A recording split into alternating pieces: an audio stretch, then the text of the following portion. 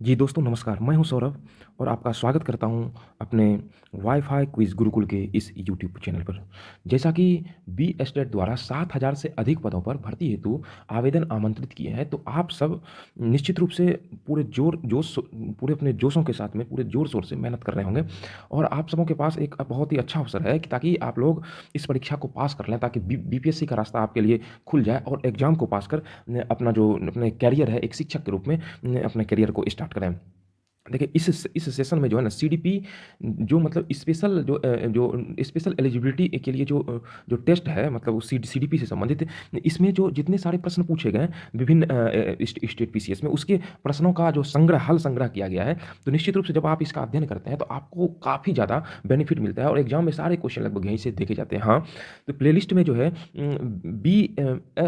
Playlist में जो B S S T E T 100 plus test series करके एक प्लेलिस्ट बनाया गया है, तो उसमें इसका पार्ट 1 अपलोड कर दिया गया। पार्ट 1 में पहला टेस्ट का discussion full video discussion upload किया गया था। आप वहाँ से पहले जाइए और वहाँ से पहले फर्स्ट टेस्ट को निश्चित रूप से देखिए और उससे पहले आप इसके वीडियो के डिस्क्रिप्शन बॉक्स में टेलीग्राम का लिंक है, आप वहाँ से डायरेक्ट जो है टेलीग्राम चैनल पर जाइए और टेलीग्राम पे आप जुड़िए और वहाँ से आप पीडीएफ को डाउनलोड करके आप पहले उसका सेट लगा लीजिए। उसके बाद आप इस वीडियो सॉल्यूशन को देखिए। आप कहीं भी हैं, आप जॉब कर रहे हैं कहीं पर या ट्रैवल कर रहे हैं या घर में ही कोई काम क्यों ना कर रहे हो, तो अब आप अपने आप को एक्सक्यूज मत दीजिए। आप ऑडियो के माध्यम से सुन सकते हैं, 2 की स्पीड लगा करके सुन सकते हैं। याद रखिएगा, आपका जीवन बहुत सारे लोगों का है। आप जो है अपने आप पर सबकी आशा है, सबके आपके रिश्तेदार की, आपके परिवार की, आपके अगल-बगल वालों की। इसीलिए आप बहुत ज़्यादा मेहनत करिए। आज इतना मेहनत कर लीजिए ताकि ताकि आपका जो कल जो है वो बहुत अच्छा निर्धारित हो जाए। तो हमेशा याद रखिए, इतिहास भी गवाह है, भाग्य भी बहादुर का ही साथ देता है। इसलिए खूब मेहनत करिए। चलिए अब जो है हम इसका अध्ययन करेंगे। इसमें जो है कंप्लीट जो है कुछ मतलब इंपॉर्टेंट जो सीडीपी क्वेश्चन है ना, जो स्पेशल टीचिंग एबिलिटी वाला जो टेस्ट आपका होगा उससे संबंधित जो प्रश्न है उसका हल संग्रह दिया गया है। यदि आप एक शिक्षक हैं तो विशेष आवश्यकता वाले बच्चों की शिक्षा कैसे उपलब्ध कराएंगे? तो विशेष जो जो उस किसी में फिजिकल डिसेबिलिटी जो होती है उससे संबंधित प्रश्नों को पूछा गया है। तो इसमें क्या है, अन्य सामान्य बच्चों के साथ विशेष एबिलिटी वाले मतलब विशेष आवश्यकता वाले बच्चों को अन्य समान जरूरी नहीं है विशेष आवश्यकता फिजिकल एबिलिटी हो या कुछ है जो पढ़ने में कमजोर रहेगा, इस तरह के जो बच्चे हैं तो उसके लिए भी इसमें आ जाता है। अन्य सामान्य बच्चों के साथ कि विशेष विद्यालयों में, लग रहा है कि यही आंसर होगा, फिर भी आगे देखेंगे। विशेष विद्यालयों में अलग से विद्यालय रखेंगे, विशेष विद्यालयों में विशेष बच्चों के लिए विकसित विशेष तरीकों के साथ कि विशेष विद्यालयों में विशेष शिक्षकों द्वारा। तो इसमें ऐसा कुछ नहीं है कि उसके लिए अलग विद्यालय बनाया जाएगा, तो अन्य सामान्य बच्चों के साथ उसका उनको उसी तरीके से शिक्षा उपलब्ध कराया जाएगा। अगला जो प्रश्न है, दृष्टि दोष वाले छात्रों में निम्न में से कौन सा विकार नहीं पाया जाता? ये नहीं वाला जो है इसको निश्चित रूप से गोला बना करके आप बनाइएगा, नहीं तो अक्सर यहीं पे प्रश्न गलती होता है। आप लोग जानते हुए भी मिस्टेक करके आते हैं, उसके बाद सिर्फ आपके पास जो है अफसोस करने के अलावा और कोई रास्ता नहीं रहता। इसलिए ऐसी परिस्थिति ही नहीं आने दीजिए। निश्चय आपके पास बहुत समय है, इत्मीनान से क्वेश्चन पढ़िए और आंसर दीजिए। आंखों के बहुत निकट लाकर पुस्तकों को पढ़ना, शरीर के अंगों में अवांछित हलचल रहना, कि सिरदर्द की शिकायत रहना, कि कोई नहीं। क्या है, दृष्टि दोष वाले छात्रों में निम्न में से कौन सा विकार नहीं पाया जाता? नहीं है। आंखों के बहुत निकट लाकर पुस्तकों को पाया जाता है। शरीर के अंगों में अवांछित हलचल रहना मतलब हमेशा शरीर जो है कुछ ना कुछ एक्टिविटी करते रहता है। तो ऐसा कुछ नहीं है कि शरीर में अवांछित हलचल जैसे हाथ है, कभी हाथ डोलाना, कभी माथा डोलाना, कभी ऐसे, ऐसा कुछ नहीं है। तो इसका आंसर जो है बी होना चाहिए। सिरदर्द की शिकायत रहना तो हो सकता है जिसको दृष्टि दोष सिरदर्द रहता है, इनमें से कोई नहीं। हाँ, कोई तो है इसका आंसर, तो इसका आंसर आपका क्या हो जाएगा? बी। आपकी कक्षा का छात्र मोहन बोलने में हकलाता है। आप आप उसकी शिक्षा के प्रबंधन हेतु क्या आवश्यक कदम उठाएंगे? आप उसके पढ़ाई लिखाई के लिए क्या कदम उठाएगा? देखिए, सह प्रधानाचार्य से उसकी शिकायत करेंगे। आपका कदम क्या उठाइएगा? शिकायत करिएगा तो गलती है ना जी, ये गलत है। उसको कक्षा से बाहर जो है ना पढ़ने को कहेंगे, कक्षा से बाहर पढ़ने को कहेंगे, ये पूछा जा रहा है। तो आपका ये है, ऐसा भी तो कुछ नहीं है। क्या उसमें अध्ययन की गलत आदतों पर नियंत्रण कराएंगे? हाँ, ये बिल्कुल करेक्ट आंसर है। इस प्रकार इसका आंसर हो जाएगा आपका सी, इनमें से कोई नहीं है। आपकी कक्षा के एक छात्र को बहुत गुस्सा आता है, आप क्या करेंगे? यहाँ क्या करेंगे, क्या नहीं है, आराम से इत्मीनान से क्वेश्चन को पढ़िए, उसके बाद आप आंसर को पिक करिए। उसका नाम विद्यालय से कटवा देंगे, विद्यालय से उसका नाम हटवा दीजिएगा। कि उसे बहुत अधिक गृह कार्य देंगे, तो ये भी गलत है। बहुत अधिक गृह होमवर्क ज़्यादा दे, ऐसा कुछ नहीं है। उसे शारीरिक दंड देंगे जिससे कि वह दोबारा गुस्सा ना करे। शारीरिक काफ़ी उसको पिटाई-विटाई करिएगा या कुछ इस तरह का पनिशमेंट दीजिएगा, तो ऐसा ये तो गलत है जी। उसके कक्षा में शांत एवं खुशहाल वातावरण बनाएँगे ताकि अपने आप को सुरक्षित महसूस करे। ये बिल्कुल सही है। ऑप्शन जो पढ़िए ना, इसमें जो ऑप्शन होता है तो वो पढ़ने से ही लगभग जब सारे ऑप्शन को पढ़ते हैं तो आंसर आपका 50% श्योर हो जाता है, जब पूरे आंसर को आप पढ़ के जवाब देते हैं तो। उसके बाद जिसको आप पिक करते हैं तो वो सही है, तो बिल्कुल निश्चित रूप से गलती होने की संभावना नहीं रहती है फिर। आप किसी कक्षा में अधिगमन को सरल बनाने के लिए दृश्य सामग्री का प्रयोग करते हैं। ऐसी स्थिति में कक्षा के किन छात्रों को सबसे कम लाभ होगा? दृश्य सामग्री को जब लाभ करते हैं पढ़ते हैं। जो पढ़ने में सामान्य स्तर के हैं, लाभ तो उसको होगा जो कम समझ रहा है। जो पढ़ने में उच्च स्तर के, जो काफ़ी ज़्यादा पढ़ने में काफ़ी ज़्यादा समझते हैं, तो इसमें ये होना चाहिए मेरे ख्याल से उसको कम लाभ होगा, क्योंकि वो समझ जाता है सब कुछ पहले से, उसके कुछ कंसेप्ट अच्छे क्लियर हैं। जो पढ़ने में निम्न स्तर, इसको तो फायदा होगा। जो आँखों से अधिक देख पाते हैं, इसको भी होगा। कम लाभ होगा, तो जो पढ़ने में उच्च स्तर के हैं उसको कम लाभ होगा। अगला प्रश्न को देखते हैं। आपकी कक्षा के कुछ छात्र शब्दों का उच्चारण ठीक से नहीं कर पाते हैं। इसके लिए आप निम्न में से क्या कदम उठाएँगे? क्या कदम आप उठाइएगा? शब्दों को टुकड़ों में बाँटकर श्याम पट्ट पर लिख देंगे। क्या कदम ठीक से नहीं पढ़ पा रहा है, तो क्या कदम आप उठाइएगा? क्या कदम उठाएँगे? कदम उठाएँगे, नहीं की बात नहीं, कदम उठाएँगे। प्रश्न को बढ़िया से पढ़िएगा। यहाँ क्या है, यहाँ छात्रों को शुद्ध उच्चारण करके सुनाएँगे, ठीक है ना? छात्रों में शुद्ध उच्चारण बार-बार दोहराने को कहेंगे। उसके बाद इनमें से सभी क्या कदम उठाएँगे? तो आप क्या करिएगा, इनमें से ऑल, उनमें से सभी, सारे कदम उठाएँगे। टुकड़ों को अलग-अलग नहीं, जब कोई कठिन है जैसे है तो उसको अलग-अलग पढ़ने के लिए बताते हैं। जैसे अ, आ भी लिखते हैं तो पहले नहीं कहा जाता है, तो लिखने का तरीका है कि नहीं, पहले एक ये लकीर दो, फिर एगो ये लकीर दो, तोड़ने के लिए सिखाते हैं, फिर ऐसे करो, फिर ऐसे करो, फिर आप ऐसा करो कि आगे से इसको इसे आगे से इसको मिटा दो, तो ये जो है ये बन जाता है अ। इसी तरीके से उसको तोड़-तोड़ के बताते हैं। उसके बाद शब्दों को उच्चारण करके सुनाएँगे, तो शब्दों को उच्चारण करके सुनाएँगे, सही बात है, उसको सुनाएँगे उच्चारण करके। छात्रों से शुद्ध उच्चारण बार-बार दोहराएँगे। उसके बाद उसको कहेंगे हाँ, इसको 2 बार, 3 बार, 4 बार, जैसे अपने होम याद रखिए, अपना उस समय को याद करिए जिसमें होमवर्क दिया जाता था स्कूल में, एबीसीडी लिख दिया जाता था, उसी को रिवीजन करने के लिए कहा था। तो सारे जो है सारे सेक्शन इसमें सही है। महिला के अंदर की कमी, यदि वह बच्चे नहीं चाहती, यह कथन एक प्रमुख उदाहरण है। अगर वह बच्चा नहीं चाहती है, तो एक बच्चा नहीं चाहती है तो किसका उदाहरण है? लैंगिक पक्षपात का, लैंगिक रूढ़िवादिता का, ये लैंगिक समाजीकरण का, उपरोक्त सभी का। ये जो क्वेश्चन जो है, तो इसका आंसर क्या जो हो जाएगा? लैंगिक पक्षपात का बिल्कुल सही है, लैंगिक रूढ़िवादिता का भी सही है, उसके बाद लैंगिक समाजीकरण, उपरोक्त सभी। इसका आंसर जो हो जाएगा उपरोक्त सभी का, ऑल ऑफ दीज। लैंगिक पक्षपात भी हो रहा है, सही है, लिंग के आधार पर पक्षपात किया जा रहा है, बच्चे नहीं चाह रही है, तो महिला के अंदर की कमी है, तो कुछ ना कुछ तो पक्षपात हो रहा है ना जी उसके उसके साथ में। लैंगिक रूढ़िवादिता, पहले से विचारधारा चली आई, उसकी महिला के विषय में कुछ गलत धारणा रहेगी, रूढ़िवादिता जो पर हाँ नहीं हो पा रहा है, क्या नहीं हो पा, महिला में कुछ ना कुछ कमी होगा। अधिकतर तो दोष जो जड़ा जाता है, तो वही रूढ़िवादिता, उस तरह की पुरानी विचार, रूढ़िवादिता मतलब पुरानी विचारधाराओं को थोपा जाना, पुरानी विचारधाराओं के अनुसार अपने भाव को व्यक्त करना। लैंगिक समाजीकरण, लिंग के आधार पर समाज में जो है उसमें उसमें विभेद किया जाता है, उस आधार पर जो है मतलब उसका एक तरह से उसको जजमेंट किया जाता है। उपरोक्त सभी मतलब सब इस तरह के सारे कंडीशंस उसके साथ हो सकते हैं। निम्नलिखित में से कौन सा परिदृश्य शैक्षणिक पिछड़ेपन का परिणाम हो सकता है? हो सकता है, इस तरह के प्रश्न को एकदम गौर से, एकदम पूरे नज़र के साथ में आप इस तरह के प्रश्न को टेकअप करिएगा। यहाँ पेशीय अक्षमता, निम्नलिखित आज शैक्षिक पिछड़ापन पूछ रहा है, शैक्षिक पिछड़ापन का परिणाम हो सकता है, शैक्षिक पिछड़ापन हो सकता है किस कारण से?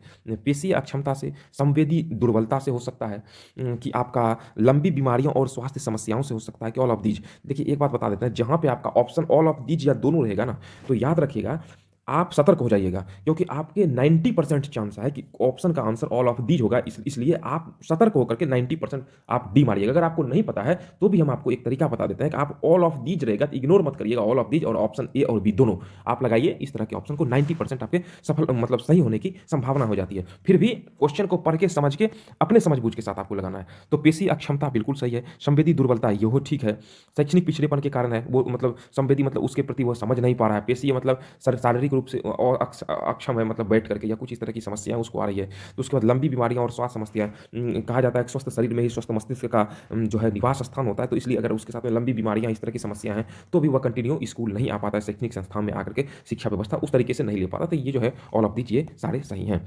असद ने ना को अणा बोला, ना को अणा बोला, ठीक है ना। असद की भाषा शिक्षिका के रूप में आप इस स्थिति के बारे में क्या कहेंगे? अगर आप भाषा शिक्षिका हैं, मतलब लिटरेचर की टीचर हैं, उस भाषा से संबंधित के रूप में आप इस स्थिति में क्या करेंगे? आपका क्या रोल होगा? भाषागत त्रुटि का होना, आप इसे क्या कहेंगे? आपका क्या कहना होगा या क्या किस प्रकार की समस्या है? भाषागत त्रुटि का होना, क्षेत्रीय भाषा का प्रभाव, कि उस पर क्षेत्रीय भाषा का प्रभाव है, कि भाषागत ज्ञान का अभाव है, कि उसको उस भाषा से संबंधित मतलब न हिंदी पढ़ने में उसको समस्या है, कि भाषा प्रयोग में लापरवाही है, कि वह जानबूझ के ऐसा कर रहा है। प्रश्न को समझिए, उसके ऑप्शन के भाव को समझिए, उसके बाद आप उत्तर दीजिए। यहाँ क्या भाषागत त्रुटि का होना कि मतलब उसमें गलत लिखा हुआ था, ऐसा तो नहीं है। क्या कहेंगे तो ये गलत है, ये नहीं है। क्षेत्रीय भाषा का प्रभाव, हम मानते हैं क्षेत्रीय भाषा का प्रभाव उसमें हो सकता है। भाषागत ज्ञान का अभाव, पढ़ने में उसको मतलब हो सकता है नहीं पढ़ पाता हो, तो ये भी गलत है, ये भी नहीं होगा। तो भाषा प्रयोग में लापरवाही, जानबूझ के ऐसा कर रहा है, नहीं। क्षेत्रीय भाषा का प्रभाव ये होता है। क्षेत्रीय भाषा जैसे जैसे हम सभी बोलते हैं, जैसे देखिएगा जब बोलते हैं ना कि मैं जा रहा हूँ, एक आपको एग्जाम्पल समझा रहे हैं कि मैं जा रहा हूँ के स्थान पर हम सब अक्सर प्रयोग कर रहे हैं कि हम जा रहे हैं। तो ये क्षेत्रीय भाषा का प्रभाव, क्योंकि हम सब मैं नहीं यूज करते, हम यूज करते हैं। जैसे दिल्ली में जैसे मुझे आपको के जगह पे मेरे को तेरे को यूज किया जाता है। इसका मतलब यह नहीं है कि वह जानबूझकर ऐसा कर रहा है, या उसको भाषा बोलने के हिंदी बोलने के लिए नहीं आता है, या उसको इस चीज का ज्ञान ही नहीं है, वह लापरवाही से बोला, ऐसा कुछ भी नहीं है। क्षेत्रीय, वहां की क्षेत्रीयता का असर है कि मेरे को तेरे को कहा जाता है। जैसे हम सब बोलते हैं स्कूल, लेकिन हरियाणा में जाइएगा तो वहां के लोग बोलते हैं स्कूल स्कूल बोलते हैं। तो इसका मतलब यह नहीं कोई जानबूझ के करता है। क्षेत्रीय भाषा, क्योंकि उसमें जो परंपरा से चलती आ रही है ना, वो सुनता उसी को सुन रहा है, इस आधार पर जो है वह उसको बोलता है। तो यह क्षेत्रीय भाषा का प्रभाव, उस स्थान विशेष का प्रभाव पड़ता है। पियाजे के अनुसार मौजूदा योजनाओं में नई सूचनाओं का समावेशन क्या कहलाता है? पियाजे के अनुसार संक्रियात्मक विचार कहता है। ये पियाजे का मत है। इस तरह के मत का कलेक्शन आपको दिया जा रहा है लगातार, तो आप लगातार अभ्यास करिए, क्योंकि ये सेम ऑप्शन के साथ क्वेश्चन आने की संभावना है और क्वेश्चन पूछा जाएगा, क्योंकि ये सारे प्रश्न किसी ना किसी स्टेट टेट में या स्पेशल एलिजिबिलिटी टीचर में ये पूछा गया है, उसका यह कलेक्शन किया गया है। संक्रियात्मक विचार है, समीकरण है, समायोजन है कि आत्म सातकरण है। इसका जो आंसर हो जाएगा वह समायोजन हो जाएगा। कैसे? कई सूचनाओं का समावेशन। कई सूचना जो जब संग्रहित किया जाता है तो क्या होता है, जो कई सूचना सब चीज को संग्रहित किया जाता है तो वह समायोजन कहलाता है। समायोजन सबका मिलन को, सबको एक साथ में रखना, उसको नहीं कहा समायोजन, मतलब कलेक्शन कहा जाता है, मतलब इंफॉर्मेशन ऑफ कलेक्शन कहा जाता है। उसी इंफॉर्मेशन का जो संग्रह होता है ना, वही समायोजन कहलाता है। शैशव काल की अवधि होती है। शैशव काल मतलब होता है स्टार्टिंग से, जन्म से वर्ष, शैशव काल, स्टार्टिंग वाले समय को शैशवा काल कहते हैं। शैशवा काल, उसी उसके बाद फिर किशोरावस्था होता है, उसके बाद फिर जरावस्था होता है, फिर वृद्धावस्था होता है। इस आधार पर शैशवा काल, शिशु मतलब जन्म से लेकर के 1 वर्ष तक के काल को शैशव काल के अंतर्गत रखा जाता है। पियाजे के अनुसार 2 से 7 वर्ष के बीच एक बच्चा संज्ञानात्मक विकास की अवस्था में है। अब मैं है क्वेश्चन पर फोकस रखिएगा हमेशा। पूर्ण संक्रियात्मक है, औपचारिक संक्रियात्मक है, कि मूर्त संक्रियात्मक है, कि संवेदी गतिक है। तो इसका जो आंसर हो जाएगा आपका, देखो पियाजे का 2 से 7 वर्ष के बीच का अगर बच्चा है तो वह क्या है, पूर्ण संक्रियात्मक है। तो बच्चों का संज्ञात्मक विकास की अवस्था मतलब नहीं, उस समय जो होता है ना, संज्ञात्मक विकास, संज्ञानात्मक विकास मतलब क्या होता है, उसका जो बोध होता है ना, जैसे सुनना होता है, कुछ बोलने का प्रयास करता है, तो उसका जो विकास का समय होता है सबसे अधिक वही टाइम होता है, सबसे ज्यादा ग्रोथ लेवल उसी समय देखा जाता है। जैसे बच्चे को देखेगा 2 से 7 वर्ष का रहेगा, वह इधर उधर की वस्तुओं को फोकस होकर देखता है, तो वो विभेद करता है, एक तरह से उसको एक तरह से नॉलेज होता है ये आखिर में है क्या चीज। मान लीजिए कोई बोल रहा है तो उसको गौर से उस पर रिएक्शन देता है, कहीं ना कहीं उधर देखता है, तो वही है संज्ञानात्मक विकास की वह सब अवस्था है। उसमें क्या होता है, पूर्ण संक्रियात्मक होता है, उसकी पूरी क्रिया प्रतिक्रिया होती है। जैसे हम लोग कुछ इशारा करते हैं तो कोई इशारा के साथ में हंसता है, या बोल के साथ बात करते हैं तो वह बात नहीं कर पाता, उस बात को समझ भी नहीं, लेकिन अपना कुछ ना कुछ उसमें रिएक्शन देता है। विकास क्या है, से की ओर बढ़ता है। विकास क्या है, से की ओर बढ़ता है। विकास से क्या होता है, तो विकास सामान्य से विशिष्ट, यही आंसर लग रहा है। जटिल से कठिन ऐसा नहीं है, विशिष्ट से सामान्य नहीं है, साधारण से आसान नहीं है। इसमें हो जाएगा आपका सामान्य से विशिष्ट। विकास क्या है, मतलब सामान्य अवस्था से विशिष्ट अवस्था की ओर बढ़ना विकास है। जैसे कोई पढ़ाई स्टार्ट करता है तो पढ़ाई कहाँ से स्टार्ट करता है, नर्सरी से स्टार्ट होता है ना, वहाँ से जी, वहाँ से पहला दूसरा, अब तो LKG UKG भी सिस्टम है, तो नर्सरी से लेकर पहला दूसरा, वही है विकास की अवस्था। स्टार्टिंग किया कहाँ से, 0 से, और विकास कहाँ हुआ, तो उसका जो फाइनल जो जहाँ तक वह अंतिम, जहाँ तक उसकी पढ़ाई करने की स्थिति होती है, वहां तक जो पड़ता है वही होता है विकास की अवस्था, उसी को विकास कहा जाता है। तो मतलब सामान्य स्थिति से विशिष्ट स्थिति की ओर जाना। जैसे पौधे को लगाते हैं, सामान्य स्थिति क्या होता है, बीजारोपण करना, और विशेष स्थिति क्या है, जब वह पौधा पल करके मतलब जो है पक के फलदार जब पेड़ बन जाता है, तो जब हम उसका फल खाते हैं फिर उससे हमको बीज प्राप्त हो जाता है। वही है सामान्य स्थिति से विशिष्ट स्थिति बनना। इसीलिए आप लोग जो मेहनत कर रहे हैं उसी डेडिकेशन के साथ मेहनत करिए, और एक ना एक दिन आपको सफलता निश्चित ही मिलेगी, याद रखिएगा। क्योंकि इतिहास भी गवाह है कि भाग्य बहादुर का साथ देती है। आप इतिहास में उस कहानी को याद करिए कि सिकंदर जो है पूरे विश्व को जीत करके जैसे ही कश्मीर आता है तो उसको पोरस के सामने हारना पड़ा। इसलिए नहीं हारना पड़ा कि पोरस के पास सिकंदर से भी बड़ी सेना थी, नहीं, इसलिए हारना पड़ा कि पोरस बहादुर था और कम छोटी सेना होते हुए भी सिकंदर से युद्ध करने के लिए तैयार हो गया था, इसलिए सिकंदर वहां जीत करके भी हार गया था। याद रखिएगा, जो लगातार मेहनत करेगा उसका रिजल्ट होना तय है, वह पास करेगा। और बीपीएससी की गारंटी हम आपको देते हैं। आप स्टेट जिस तरीके से आपको कंटेंट दिया जा रहा है, आप निश्चित रूप से इसका अध्ययन करिए।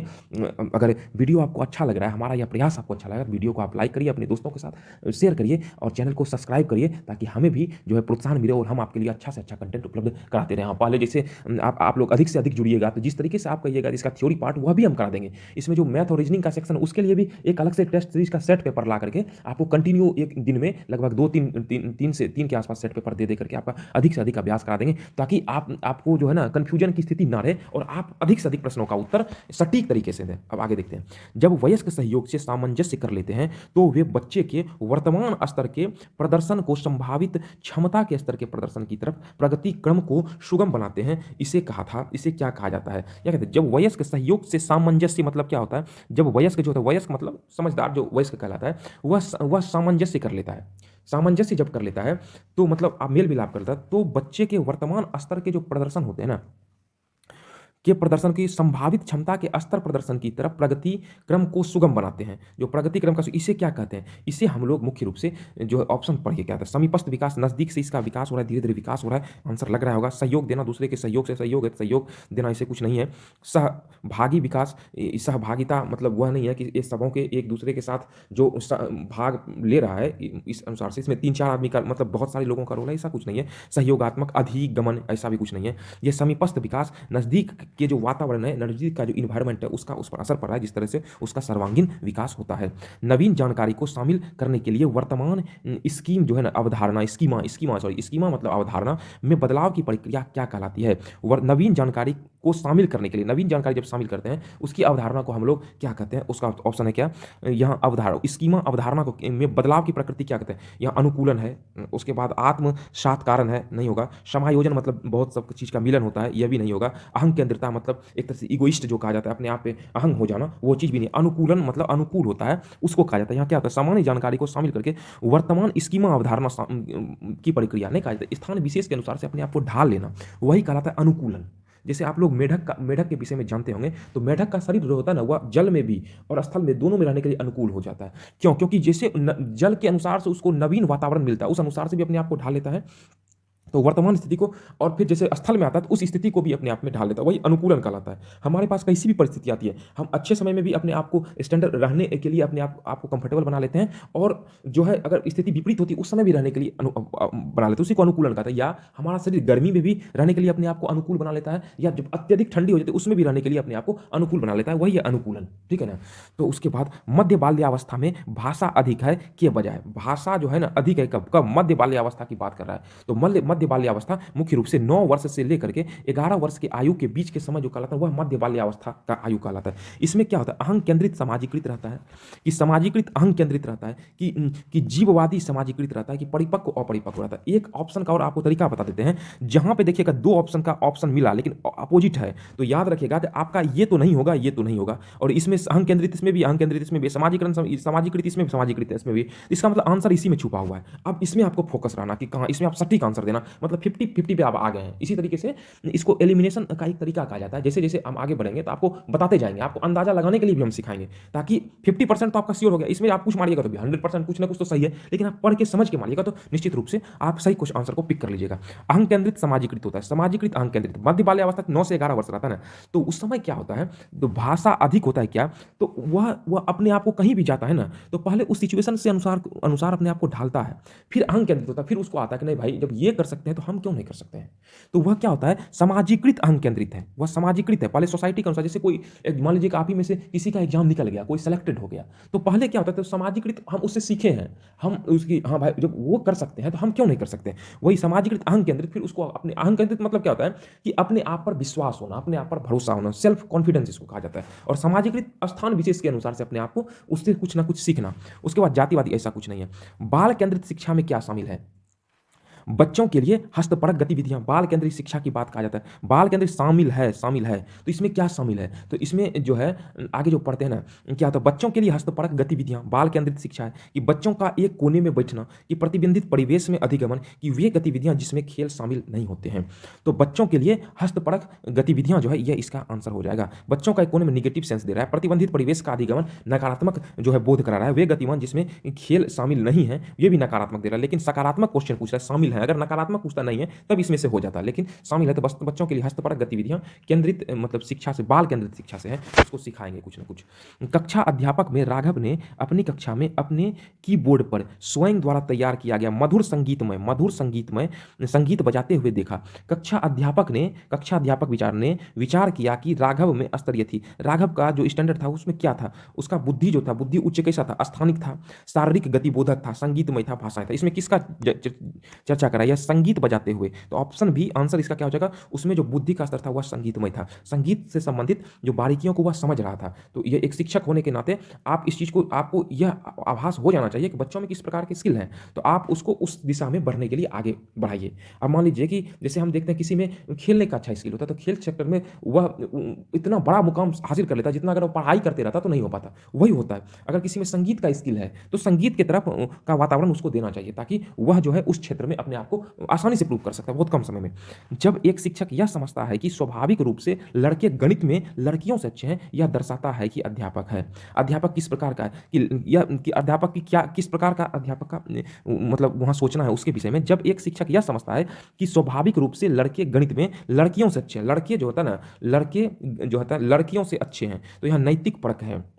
लिंग मतलब जेंडर पक्षपाती कर रहा है, तो यह आंसर लग रहा है। शिक्षा पढ़ ऐसा कुछ नहीं है कि शिक्षा से संबंधित उसको अच्छा पढ़ाई मिला, लड़कियों को नहीं मिल रहा है, तो उस तरह की स्थिति आ रही है कि सही दृष्टिकोण वाला, उसका दृष्टिकोण सही है नहीं, लिंग मतलब जेंडर पक्षपाती है, दोनों की लड़का लड़की वहाँ कुछ ना कुछ वह अध्यापक विभेद को देख रहा है, यही दर्शाता है, उसमें नैतिक परख तो नहीं होगा। उसके बाद है अगला है समावेशी शिक्षा मानती है कि हमें अनुरूप बदलना चाहिए। समावेशी शिक्षा क्या मानती है, हमें अनुरूप बदलना चाहिए डैश को, किसको अनुरूप बदलना चाहिए। समावेशी मतलब क्या होता है कि सबका विकास, ऐसा विकास जो हाशिया पर अंतिम पंक्ति पर भी लोग हैं ना, उसका भी विकास, उसी को समावेशी विकास कहा जाता है। इंक्लूसिव ग्रोथ, हम भी बढ़ें और अगर कोई और बढ़ने में हम मदद भी करें, उसी को कहा जाता है समावेशी शिक्षा विकास। देखिए हम भी कहीं ना कहीं सिलेक्टेड हैं और आप व्यस्त समय में भी आपके लिए बेहतर से बेहतर कंटेंट उपलब्ध करा रहे हैं, ताकि आपकी जो पढ़ाई का जो एक दिशा है ना वह सही दिशा में चले। अभी यूट्यूब पे बहुत सारे भ्रामक न्यूज चल रहे हैं कि वैकेंसी से संबंधित, तो आप उसके विषय में बिल्कुल भी नहीं सोचिए, आप अपने लक्ष्य के प्रति तैयारी करते रहिए। एग्जाम समय से होगा, आपको समय मिल गया, समय का सदुपयोग करिए, अधिक से अधिक सेट पेपर लगाइए, ताकि आपका जो कंफ्यूजन है वह हट जाए। यहाँ पे क्या है, बच्चे और व्यवस्था है, कि व्यवस्था और बच्चे है, कि परिवेश और परिवार है, कि बच्चे एवं परिवेश है। तो इसमें क्या हो जाएगा, बच्चे व्यवस्था, देखिए वही आपको पता है ना, आपका देखिए ये ऑप्शन हट गया, आंसर इसी में है। 50-50 बता दिया, एलिमिनेट राउंड इसे वो कहा जाता है। समावेशी शिक्षा, इसमें हमें अनुरूप बदलना चाहिए, क्या बच्चे के अनुसार से हमको व्यवस्था कर दें। हाँ, बच्चा बोल रहा है कि हमको क्रिकेट खेलने का शौक है, हमको ये करना है, हमको वो करना, तो बच्चे के अनुसार हमको बात मानना है, नहीं, गलत है ये। व्यवस्था हमको ऐसा करना चाहिए जो बच्चे के अनुकूल हो, हमें अनुरूप होना चाहिए, इस प्रकार का इन्वायरमेंट, वातावरण बना दें कि वह बच्चे के लिए अनुकूल हो। इस तरीके से set number 2 test paper number 2 का जो कंप्लीट इसका वीडियो सॉल्यूशन है उसको करा दिया गया है। अतः आप टेलीग्राम पर जाकर PDF डाउनलोड करिए और उसको अध्ययन करिए, उसके बाद आप वीडियो फॉर्मेट पहले 1 की स्पीड में, उसके बाद गुना 2 स्पीड लगा करके देख लीजिए, आपको काफ़ी ज़्यादा बेनिफिट मिलेगा।